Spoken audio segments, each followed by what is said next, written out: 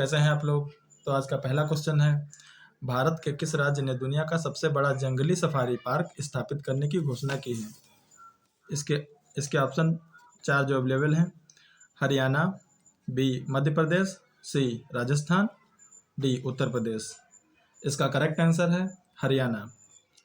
इसी में जो इफेक्ट हैं वो है, हरियाणा सरकार ने घोषणा की है कि वह अरावली रेंज में दुनिया का सबसे बड़ा जंगली सफारी पार्क स्थापित करेगी। यह 10,000 एकड़ का सफारी पार्क होगा जो गुरुग्राम और नूह जिले में स्थापित होगा। वर्तमान में शाहजहां अफ्रीका के बाहर सबसे बड़ा क्यूरेटेड सफारी पार्क है। यह योजना न केवल पर्यटन को बदलाव देगी बल्कि स्थानीय लोगों को रोजगार का अवसर भी प्रदान करेगी। तो चलते हैं फिर नेक्स्ट क्वेश्चन पे। आज का दूसरा क्वेश्चन है, प्रधानमंत्री नरेंद्र मोदी ने 30 सितंबर को नई उन्नत वंदे भारत एक्सप्रेस को हरी झंडी दिखाई, जो एक सेमी हाइट स्पीड ट्रेन है जो गांधीनगर और किसको जोड़ती है। तो इसके 4 ऑप्शन हैं, मुंबई, जयपुर, नई दिल्ली, चेन्नई। तो इसका राइट आंसर होगा गांधीनगर, मुंबई। आइए इसके इफेक्ट्स पे चलते हैं। यह अपनी तरफ की तीसरी ट्रेन है। यह कवच तकनीकी ट्रेन कोलिजन अवॉइडेड सिस्टम से लैस है। यह एक स्वचालित सुरक्षा प्रणाली है जो 2 ट्रेनों को टकराने से रोकती है। यह रविवार को छोड़कर सप्ताह में 6 दिन संचालित होगी।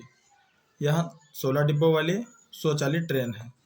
ट्रेन सिर्फ 140 सेकंड में 160 किलोमीटर प्रति घंटा की रफ्तार पकड़ लेती है।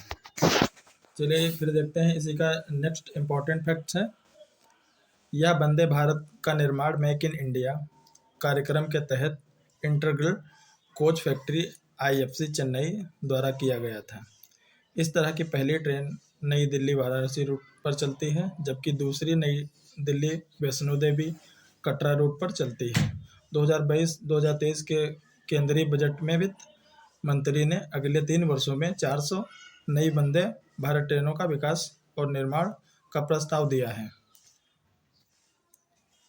आज का तीसरा क्वेश्चन, खबरों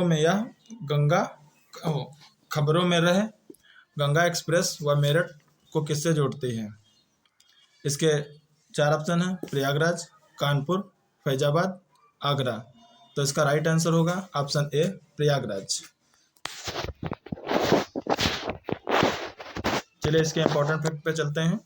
स्टेट बैंक इंडिया ने गंगा एक्सप्रेस परियोजना के लिए अदानी एंटरप्राइजेज लिमिटेड को 10,238 करोड़ रुपए का ऋण प्रदान करने की सहमति व्यक्त की है। 594 किलोमीटर लंबा गंगा एक्सप्रेस वे मेरठ को प्रयागराज से जोड़ेगा।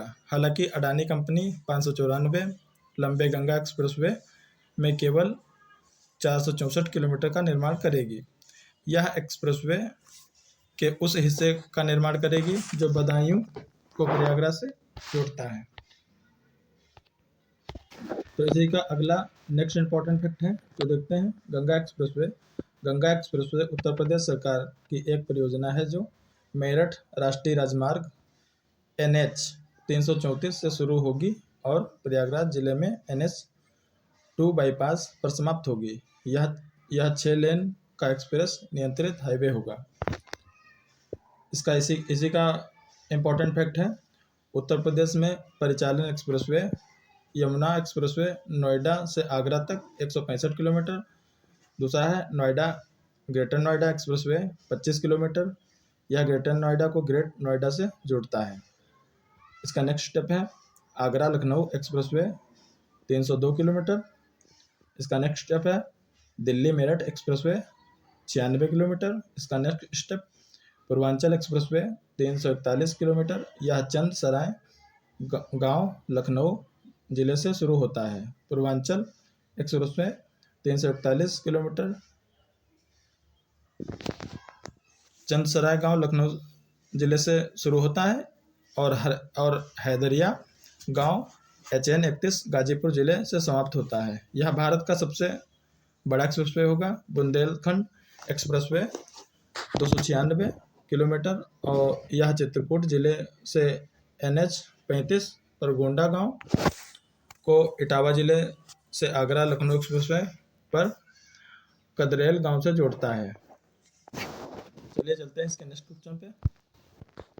केरल में कौन सा ग्राम पंचायत भारत का पहला पूर्ण रूप से डिजिटल साक्षर पंचायत बन गया है? इसके 4 ऑप्शन हैं। कुनकुना तुकल, पुल्लामापारा, विलाप्पी, कल्लर। तो इसका राइट आंसर होगा पुल्लमपारा। आइए चलते हैं इसके इम्पोर्टेंट फैक्ट पे। पुल्लमपारा अपने निवासियों के बीच पूर्ण डिजिटल साक्षरता प्राप्त करने वाला भारत का पहला ग्राम पंचायत बन गया है। इसकी आधिकारिक घोषणा केरल के मुख्यमंत्री पिनरई विजयन ने की है। पुल्लमपारा केरल के तिरुवनंतपुरम जिले का एक गांव है। आइए नेक्स्ट क्वेश्चन पे चलते हैं। पहली अमेरिका प्रशांत द्वीप शिखर बैठक की मेजबानी किसने की है?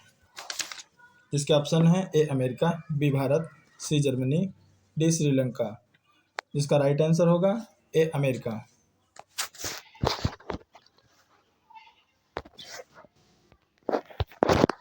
आइए इसके इम्पोर्टेंट फैक्ट पे चलते हैं। वाशिंगटन डीसी में पहली अमेरिका प्रशांत द्वीप शिखर बैठक की मेजबानी की। इसका नेक्स्ट फैक्ट है, शिखर बैठक में 14 प्रशांत द्वीप देश Cook Islands, Fiji French, Polynesia, Micronesia, Marshall Islands, New Caledonia, Palau, Papua New Guinea, Samoa, Solomon Islands, Tonga, Tuvalu, Nauru और वानुअतु के नेताओं ने भाग लिया। अमेरिका के उचित परामर्श के बाद कुक आइलैंड्स और न्यू को संप्रभु राज्यों के रूप में मान्यता देने की घोषणा की। आइए चलते हैं नेक्स्ट क्वेश्चन पे। ग्लोबल इनोवेशन इंडेक्स 2022 का भारत की रैंक क्या होगी? जिसमें ऑप्शन ए है 21वां, ऑप्शन बी 40वां, ऑप्शन सी 55वां, ऑप्शन डी 45वां। इसका राइट आंसर होगा ऑप्शन बी 40वां। चलिए इसके नेक्स्ट इंपॉर्टेंट फैक्ट पे चलते हैं। भारत ग्लोबल इनोवेशन इंडेक्स 2022 में 40वें स्थान पर पहुंच गया है। यह 2015 में 21वीं रैंक से 2022 से 40वीं रैंक हासिल करना एक बड़ी उपलब्धि है। इंडेक्स से पता चलता है कि स्टार्टअप के लिए बेहतर माहौल तैयार करने और नवाचार को बढ़ावा देने में भारत लगातार सुविधा कर रहा है। आइए चलते हैं इसके इम्पोर्टेंट फैक्ट नेक्स्ट पेज पे। जारीकर्ता विश्व बौद्धिक संपदा संगठन WIPO। नेक्स्ट फैक्ट है WIPO की स्थापना 14 जुलाई 1967 को हुई। नेक्स्ट फैक्ट है WIPO सदस्यता 193 सदस्य देशों ने भाग लिया था। WIPO के महानिदेशक डेनरेन टैंग हैं। इसका नेक्स्ट इंपॉर्टेंट फैक्ट है मुख्यालय जिनेवा, स्विट्जरलैंड। चलिए चलते हैं नेक्स्ट क्वेश्चन पे। 32वें बिहारी पुरस्कार 2022 किसे दिया जाएगा? जिसका पहला ऑप्शन है doctor Madhav Harda, option B Madhu Kankaria, option C Asghar Wajahat, option D Ramdas Mishra. जिसका राइट आंसर रहेगा option A doctor Madhav Harda. आइए चलते हैं इसके इम्पोर्टेंट फैक्ट पे। प्रख्यात हिंदी लेखक डॉक्टर माधव हरदा को उनकी साहित्यिक आलोचना पुस्तक पचरंग चोल पहाड़ सखीरी के लिए 32वें बिहारी पुरस्कार 2022 के लिए चुना गया था। बिहारी पुरस्कार 1991 में के के बिड़ला फाउंडेशन द्वारा स्थापित 3 साहित्यिक पुरस्कारों में से एक है। यह पुरस्कार हर साल हिंदी या राजस्थानी भाषा में एक राजस्थानी लेखक द्वारा पिछले 10 वर्षों में प्रकाशित उत्कृष्ट कार्यों के लिए दिया जाता है। इसका नेक्स्ट इम्पोर्टेंट फैक्ट है, इसमें 2.5 लाख रुपए का नगद पुरस्कार एवं पट्टिका और एक प्रशासित पत्र दिया जाता है। पहला बिहारी पुरस्कार 1991 में प्रसिद्ध कवि जयसिंह नीरजी के काव्य संकलन धनी का आदमी को दिया गया था।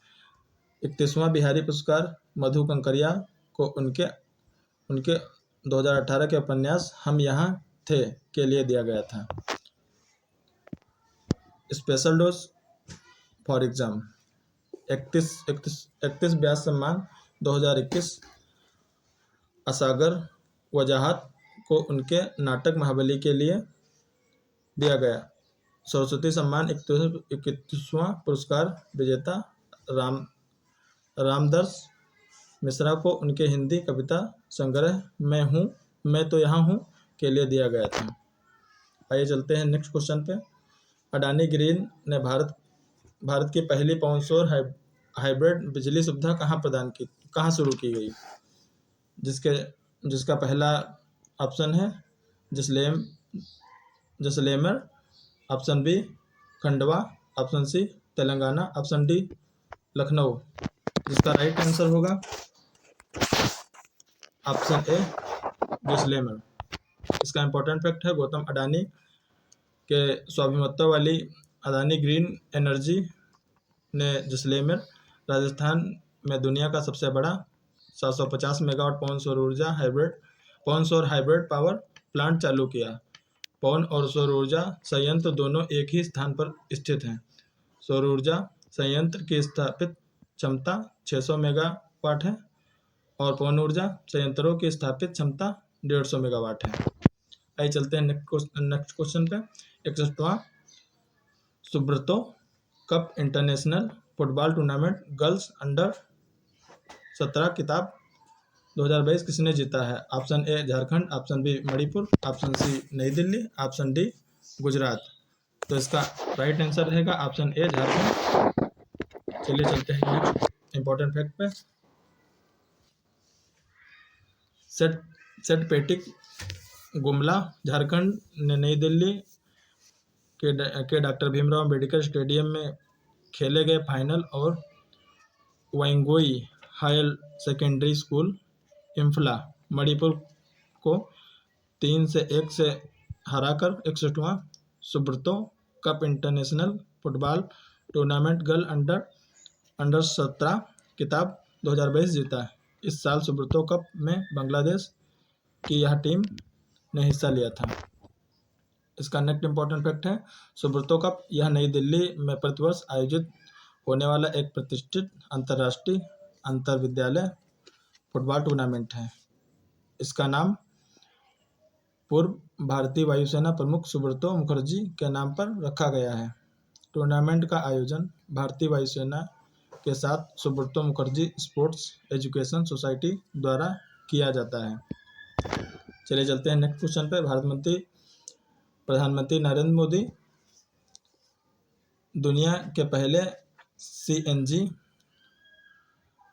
सनपिंडिया प्राकृतिक गैस टर्मिनल की आधारशिला कहाँ रखेंगे? Option A Gujarat, option B Jammu Kashmir, option C Rajasthan, option D Uttar Pradesh. तो इसका राइट आंसर होगा ऑप्शन ए गुजरात।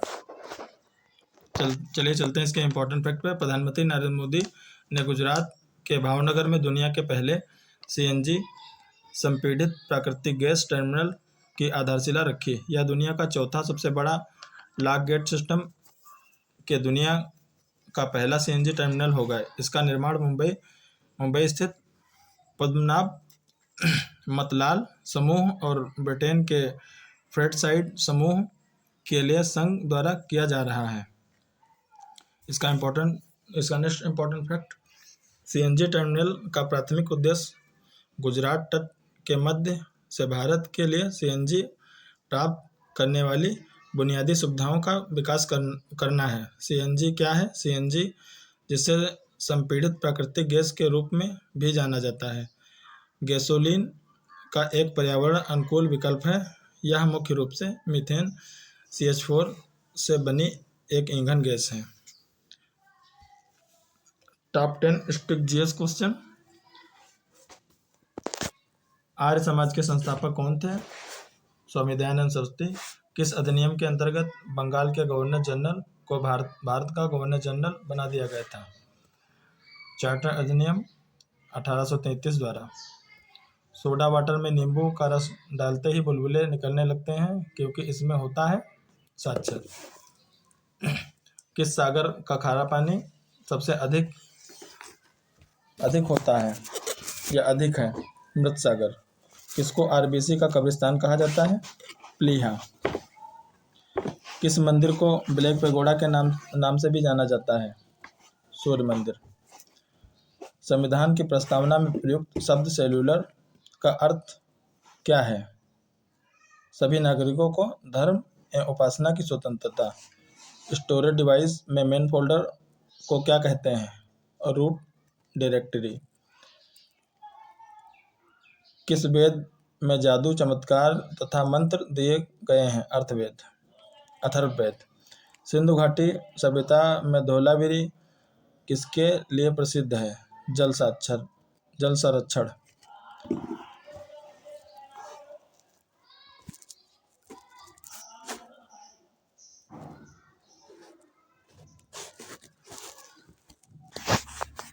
ये आज का क्वेश्चन आपके लिए होमवर्क है, जिसका आंसर आप कमेंट बॉक्स में बताना। तो बाय बाय फ्रेंड्स, मिलते हैं कल के सेशन में। तब तक आप मस्त रहिए, पढ़ते रहिए, स्वस्थ रहिए।